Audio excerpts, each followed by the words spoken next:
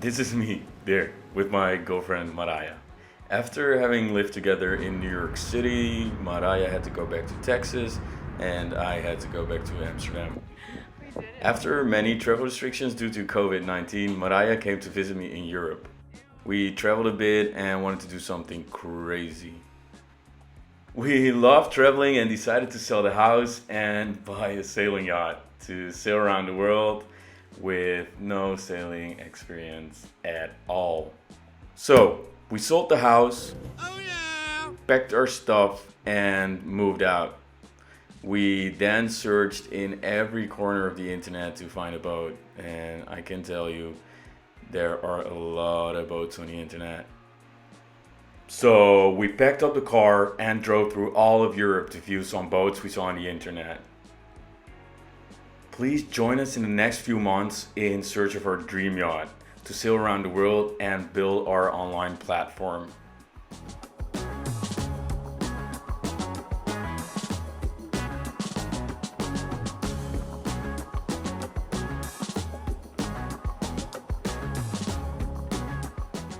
If you want to support us and if you like the content that we are making, please hit that like button, subscribe to our channel, and hit that notification bell to not miss a single thing.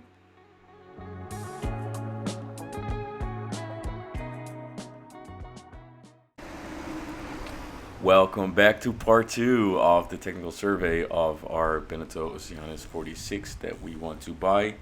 I had a lot of content, so I decided to make 2 parts. I'm sorry for that if you didn't like that, and thank you if you are coming back to watch it. So enjoy, guys.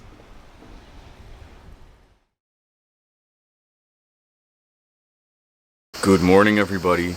I've been in Grado now for 1 day. I've slept well.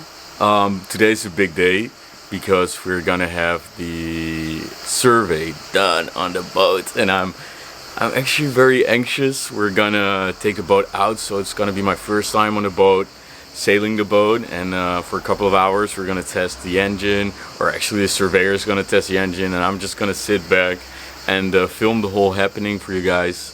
So you'll see that in a bit. I think I'm going there in about 1 hour, so I'm just gonna brush my teeth and head that way. So I'm really anxious, but I'm like the whole time I'm like laughing, and then I'm like serious, like, oh my god, what if this and that's wrong? We're so far in the process. It could still be that we're not gonna buy the boat if there's a lot of problems like osmosis. But yeah, I'm not really being myself in the last hour. I'm like, I don't know what to do with myself because I'm nervous, but I think it's gonna be fine. I hope it's gonna be fine. So I'll see you guys later. Got my mustache ready. I'm ready.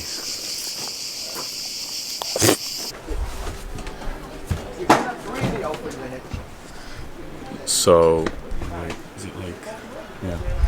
So the survey has started, and like Steven and Reiner, owner of the boat, they already are discussing like a lot of things.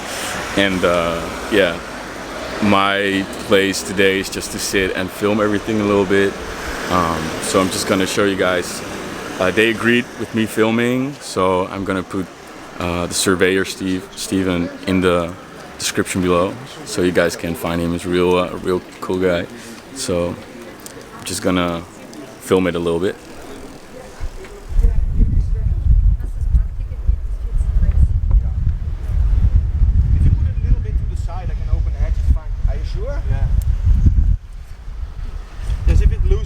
If I can move it around a bit, it's fine. Yeah, you can open it a bit, no problem. Let's check the deck as well on the under the boat.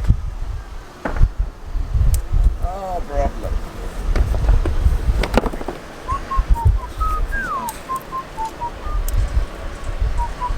Not even a year old. Look on this fucking book. It's not even a year old? This one. Oh yeah, that one. Yeah. It's unbelievable what the salt water does. What they, yeah, but also what they sell, because yeah, the quality, quality cheap is quality. shit.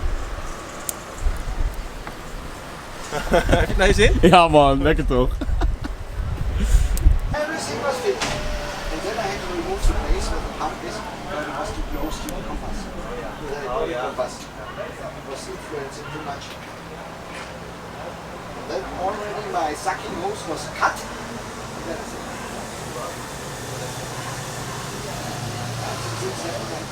Can't do anything about it.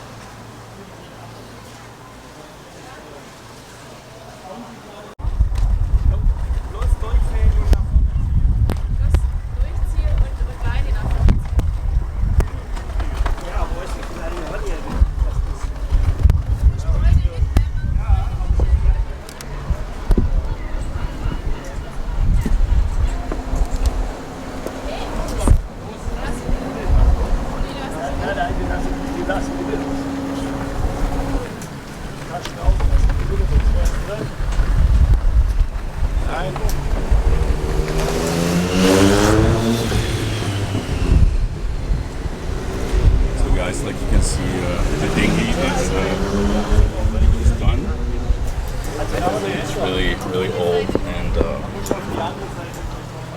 it's not really inflating anymore. There you can see Steven's beautiful bald head.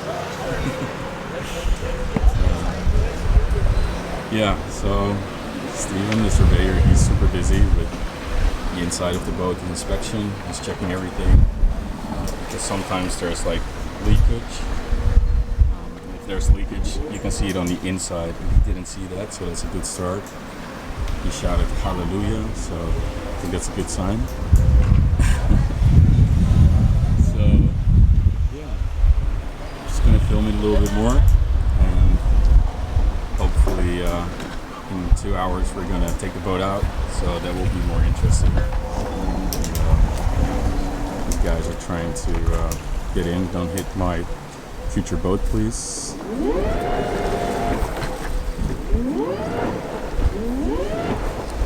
This bow thruster sound is so cool. Okay.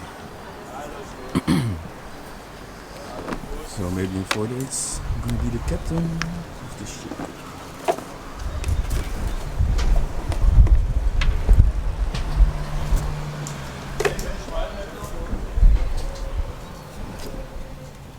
So Rainer, the keel was never off, right? No? No.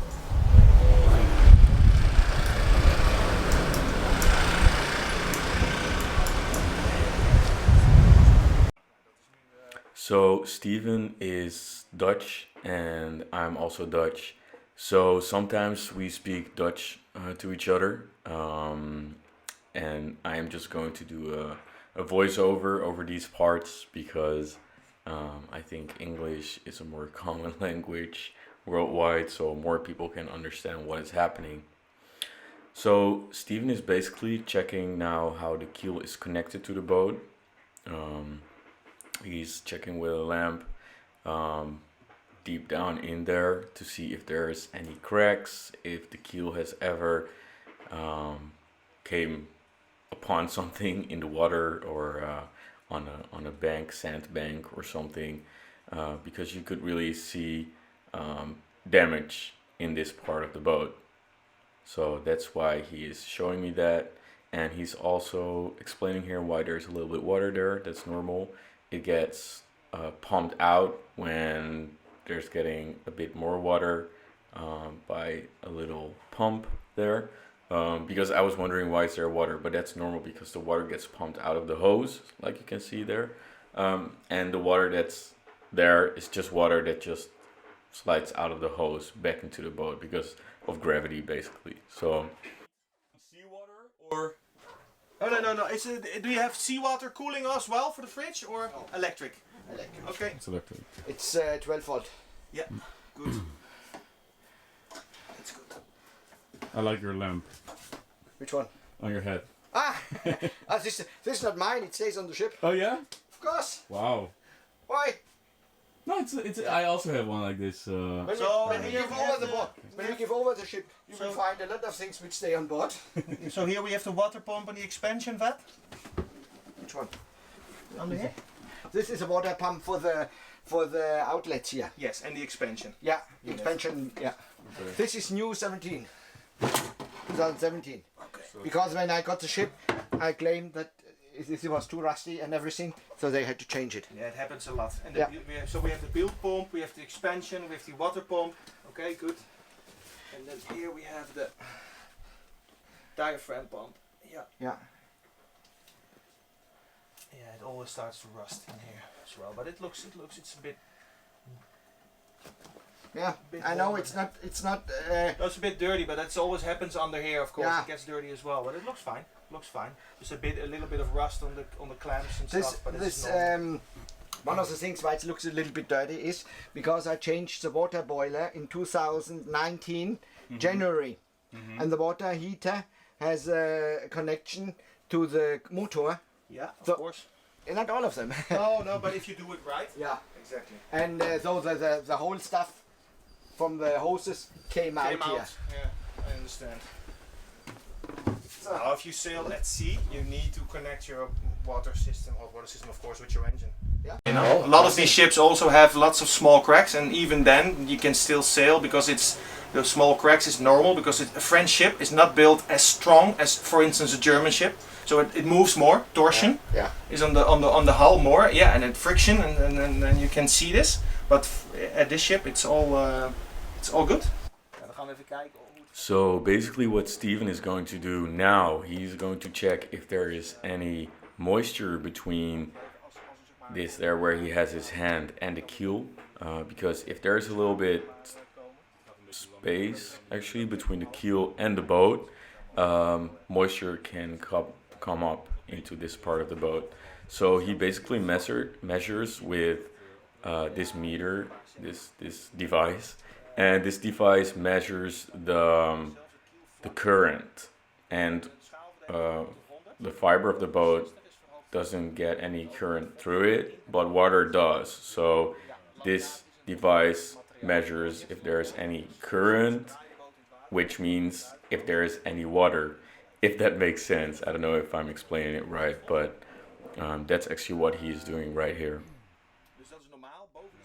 So moisture in the fiberglass of the boat is not good at all, because then you can get osmosis, and osmosis is literally like they call it like boat cancer, because if there's like moisture inside of the fiberglass structure of the boat, small and big bubbles can erupt, and it can really damage the boat. And to fix something like osmosis costs a lot of money, because they have to take off all the layers to get to the place where the osmosis occurs. So if you're going to buy a boat, you really have to check for osmosis and moisture in the fiberglass structure of the boat. You want to have shore power later? Yeah, later, yes. You can see it here on the, if you like. Yeah, on the panel, I know. Yeah. I know. So you have 2 auxiliary batteries? No. 4? 4. Yeah, okay, good. 4 times how much? What Like was it? 200 or something? 500, 140 or something. Yeah, but probably I think it's 180 or 200 if I see the size, but I will check later. No, it's 140, I guess. Yeah? 108, 140, 280, 560. Ah yeah, okay. Yeah, 140. Oh yeah, okay, goed. You also got the batteries replaced, right? Like when was One is old, One is old. and I don't know from when. Okay. But one is from 2017 March, and 2 are from 2019. Yeah, okay. So for next time, if it ever occurs again, a situation like that, if you have 4 batteries who connected together as one, or if you change the one, always change all the other ones as well. Yeah, one had an inside brake, the other ones Yeah. were fine. I know, but they have a different quality level as the other one. I know. So it takes down the new ones The as well. problem started already when I saw that they were not the same batteries. Exactly. So this is it works, but it's not ideal. It was one chill battery, no, 2 chill batteries and 2 wet batteries. Yeah. It started already with that. Yeah. So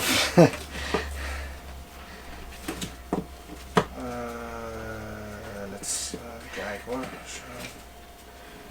You need to see the water maker or anything? Yeah, later on. Okay, so I leave everything open Please. then. Yes, thank Yeah. you. So, Mr. Steven, the surveyor, how is it going until now? it's going quite fine actually. We did like half of the ship's interior right now. I did the front of the ship, where the water tank is and the shower is, and everything looks quite alright. Problem that these ships that occur on these ships is leakage from the outside. But I cannot find anything. I'm trying my best, Reiner, to find it, but I cannot find any leakages. So Reiner is happy and proud. Does Reiner look happy? Oh yeah, he does! yeah, Yeah, victory! Reiner's always No, happy. but the first impression is that he took good care of the ship, and so that's a good start. We checked under the floor the bolts of the keel, which is a very important part of the ship, of course, and also the floor where the keel is hanging. No cracks, no extreme corrosion, no strange things. So that's a good thing. Also, we checked the rigging on the inside. No weird things as well. It's all looking quite fine actually. So thus far, I'm happy. I'm pleased. And then I'm pleased. That's it. Yes, thanks man. Yeah, man. A very important part, safety part of the boat to check is the gas stove, because if the safety doesn't work on the gas stove, you won't even get an insurance from an insurance company, but also for your own safety, because gas is heavier than air, and if it gets down to the batteries and it ignites, oh well.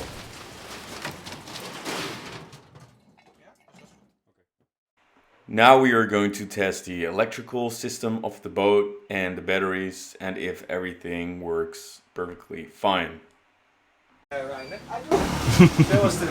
us the magic. Wait. The magic trick. So you're now putting it to 230?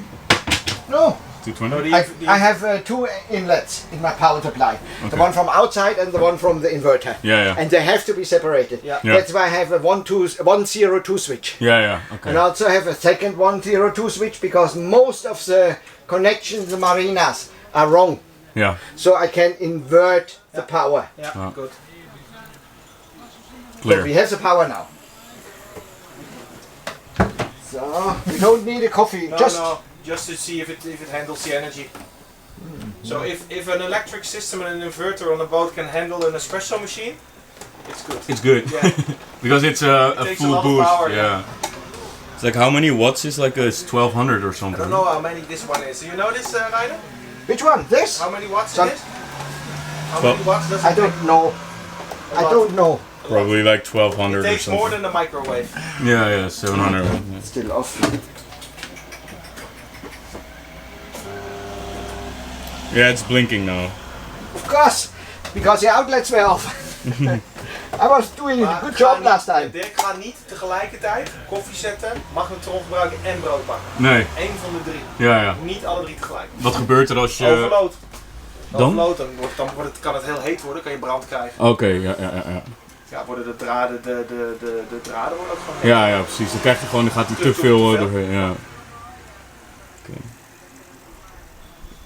Yeah, it's on now. Yeah, it should start now.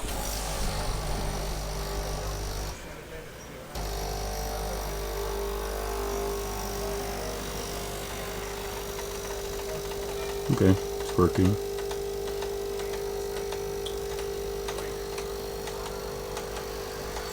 The coffee machine itself is broke, but it does work. What?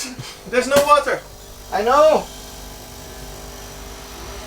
Is there maybe because there's no pad inside? No, There's it doesn't work like that. You need skip to get water as well. Very slowly dropping the water level. It started already to dribbling. Oh, this takes a lot of the batteries. See, I told you.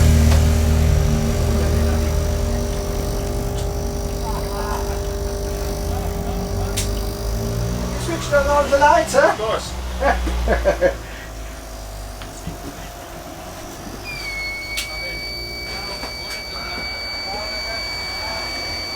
Nou, het werkt. What? Gives an alert because it takes a lot. It takes a lot of energy. Yeah. The water is dropping, but nothing is coming out. Maybe it's Locked.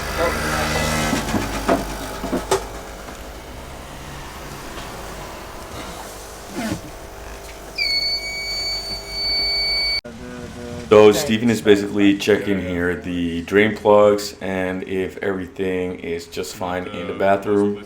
He already checked the other bathroom in the front cabin, and he did find some bad parts of corrosion. We now came to test the engine.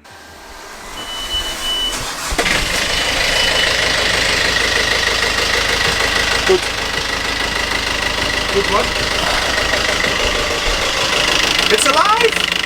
Alive! Are you enjoying yourself? I'm super much enjoying myself. Thanks, Steven. This ship is ready to sail. So, Okay. there was some water leaking in What the. else? Nothing. So I can switch off the engine? No. There was some water leakage, which caused some corrosion next to the engine. So we're checking that right now.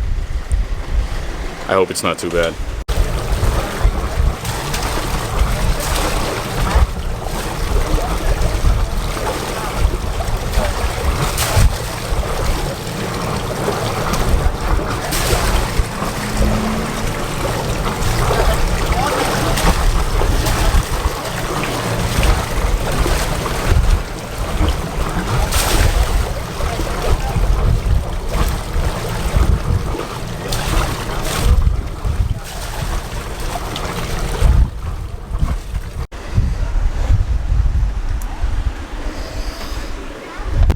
So we just figured out there's a small problem with the cooling system. There's not only a cooling fluid in it, but also seawater, and it's also rusty. With other words, the engine is being cooled by the cool fluid, but there's also seawater coming into the engine, and the water also has rust. So in worst case scenario, the engine is corroded from the inside, so where it gets cooled, and that place has to be that part has to be replaced, and that's very, very expensive. So yeah, I'm kind of worried. And Steven and Reiner are discussing like what to do, because we would take the boat out to sea for a trial, but they both don't want to do that because there's a high chance that the engine won't even run that far. So yeah, it sucks. That changed the mood a little bit. We'll see how it ends. If you happen to be in Grado, get pizza. Right there. They got really like the best pizzas in town. You can get slices, everything. So when you're taking a break in Italy, the best thing is just to eat that slice, you know? So until now, my experience was like that everything was like kind of positive. There were some small things, but okay. But the problem with the engine turned out to be a game changer and also a mood changer, to be honest, because I was really looking forward to this sea trial, to test the sails, to test the engine well. So, but I realized we couldn't test anything. We were just going to the crane to take the boat out of the water. So I just sat down and tried to enjoy this small sea trial as much as I could.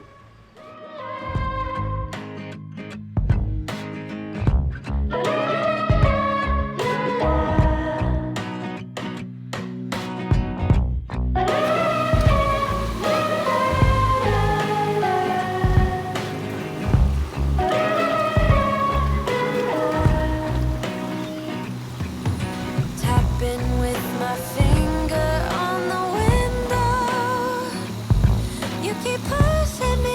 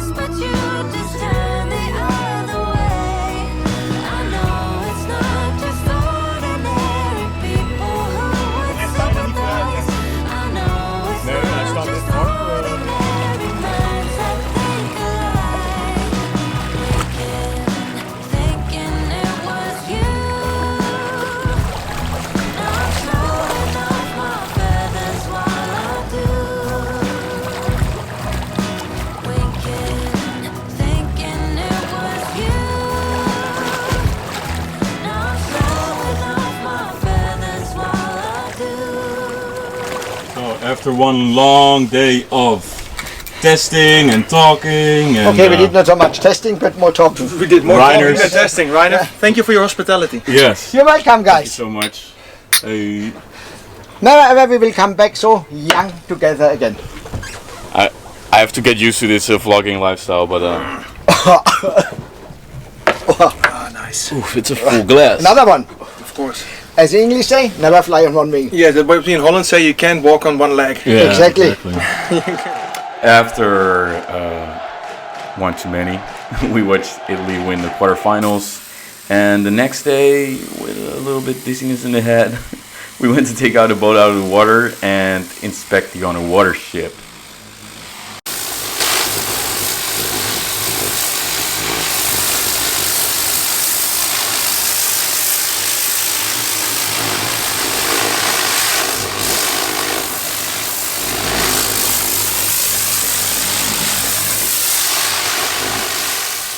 So here is the moment where the surveyor and me got scared.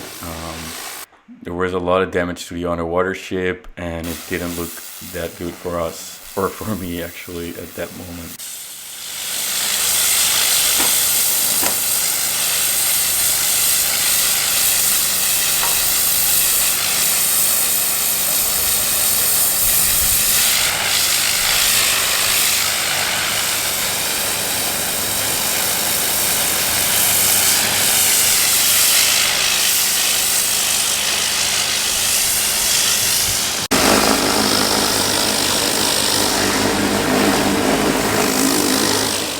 This was actually only 1 out of 8 of these full of mussels and everything grown onto the ship.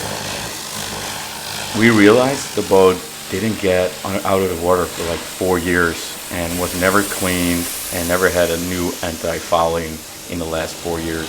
Als je breekt heb je altijd nog tijd om weg te springen. Ja, maar daar heb je niet zoveel ruimte daar. gebeurt nooit. Nee? Ja, tenminste, ik heb het nog nooit meegemaakt gelukkig. Ja. Ik kan daar ook niet over gaan nadenken, want anders dan... word je ik helemaal- moet ook wel eens onder een motorschepen van 12 ton, lig ik op mijn rug eronder, weet je wel. Dat is een rotgevoel, hè? Ja, Ja. die op je... Nee, dat merk je niet eens. Dan word je gewoon een soort meloen aan elkaar gedrukt. Of, Oef. Zie je het voor je? ja, ja, ik ben zo, weet je. Zo'n visuele... Oh. Kijk je mee? Ja, ja, ja.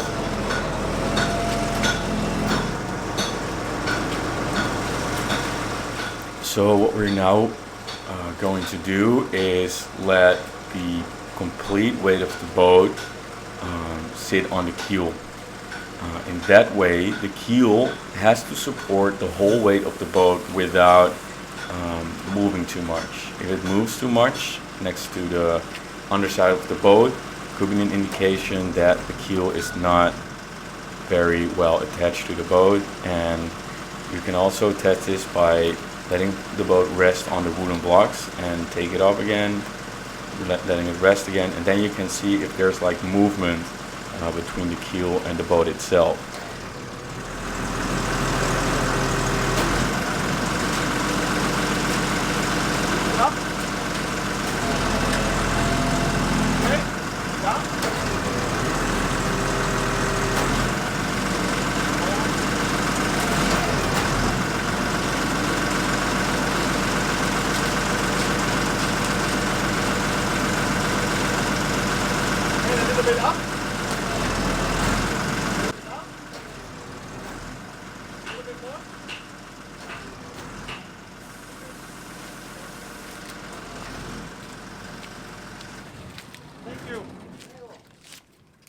Grazie.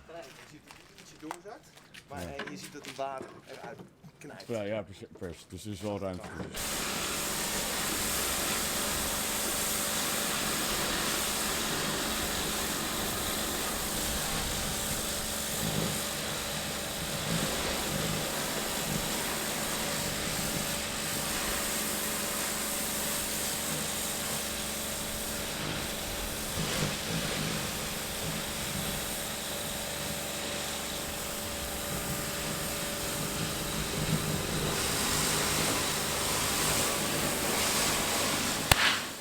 It's done. The whole survey took 2 full days. there were checked many things. Many things were checked, the riggings, like everything of the boat. Unfortunately, a lot of problems were found by the surveyor.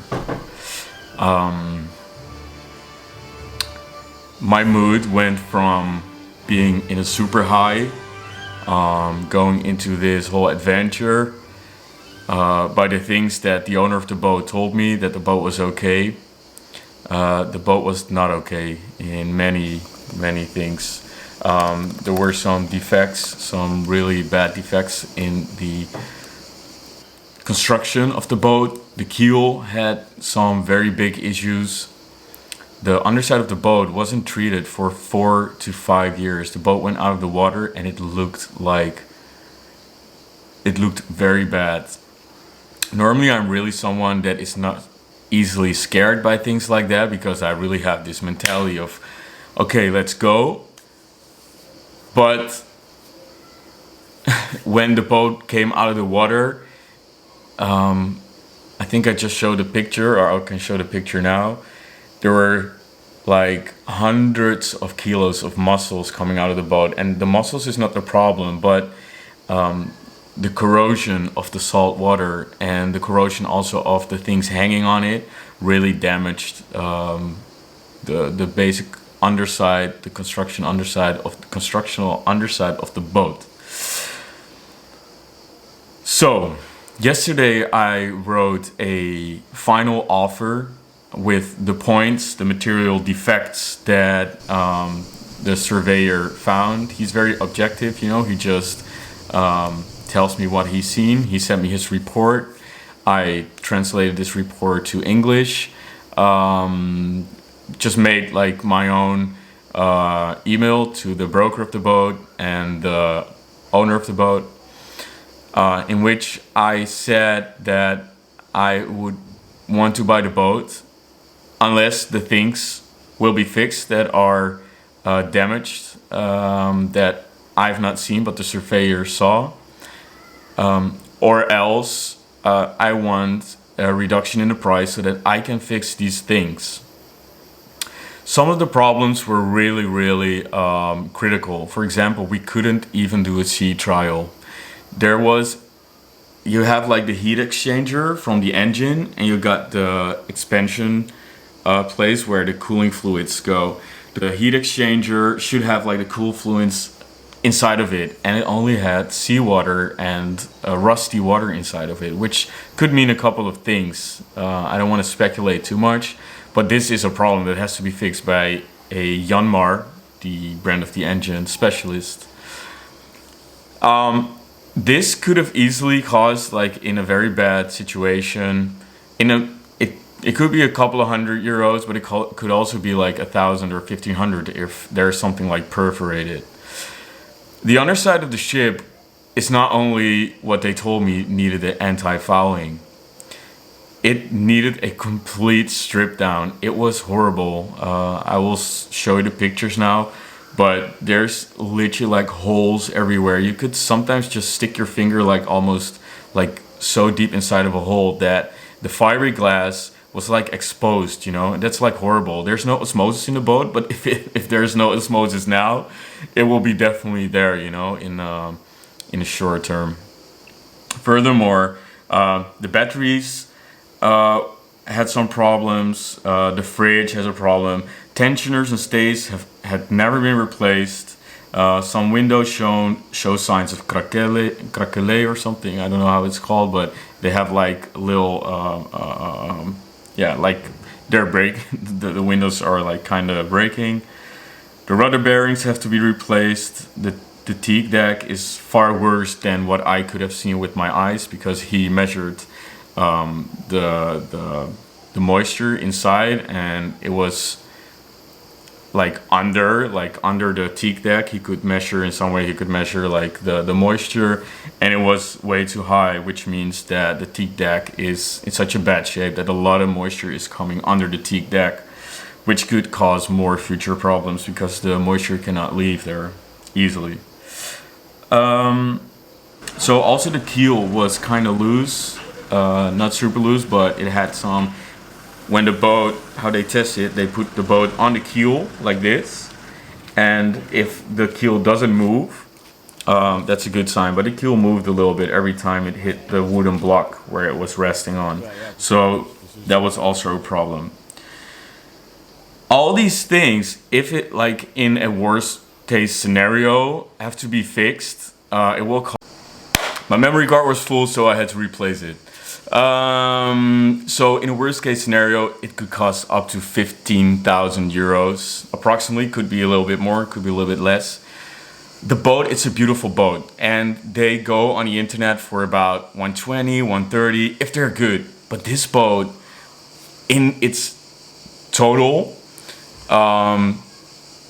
could have maybe like 40 or 50 easily, like things that has to be fixed before the boat could be considered good.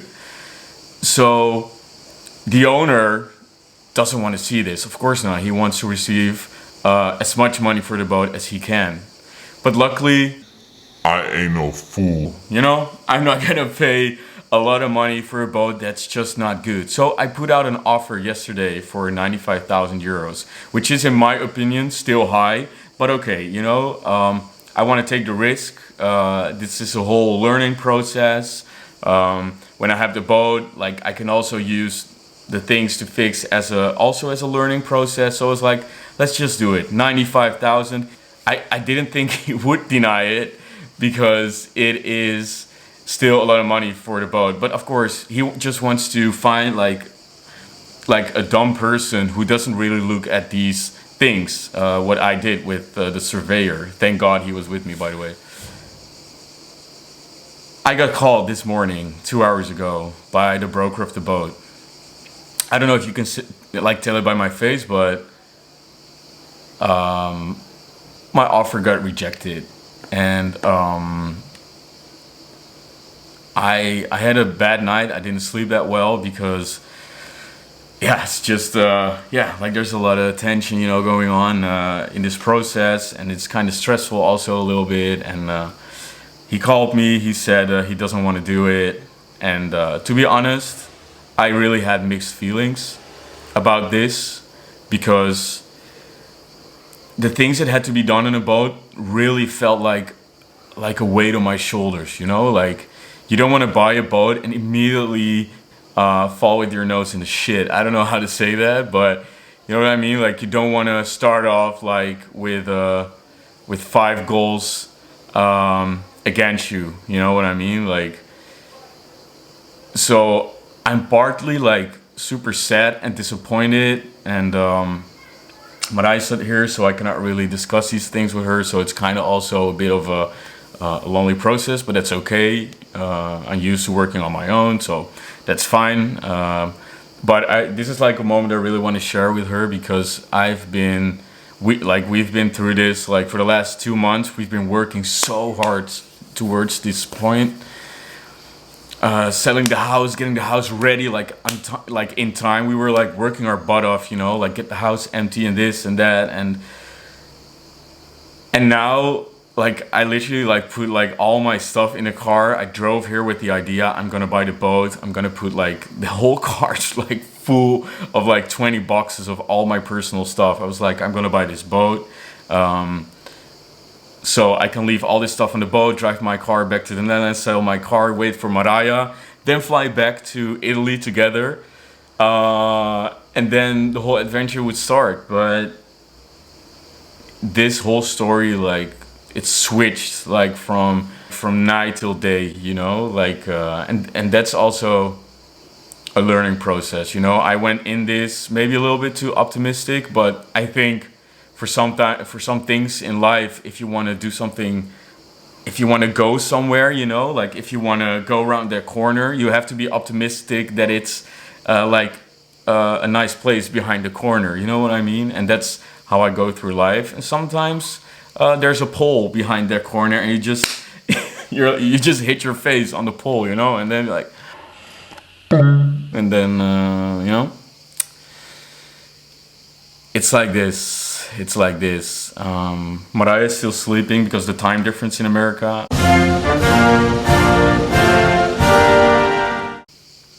I'm gonna call her like when she texts me when she wakes up. Yeah. So I'm going home now. I don't really have a house in the Netherlands, so I'm just gonna sleep at my mom's place at least for a week and then figure out what to do. I don't need to buy a boat this week, but it would be nice to still buy it this year, you know? So I have good contact with the broker, good contact with my surveyor. They both have like a lot of connections. There's a lot of boats coming on the market. And if you're seeing this and you have like a boat in the same category like Beneteau Oceanis 46 or whatever brand, you can send us a message, hit us up, and I can tell you this story is not over.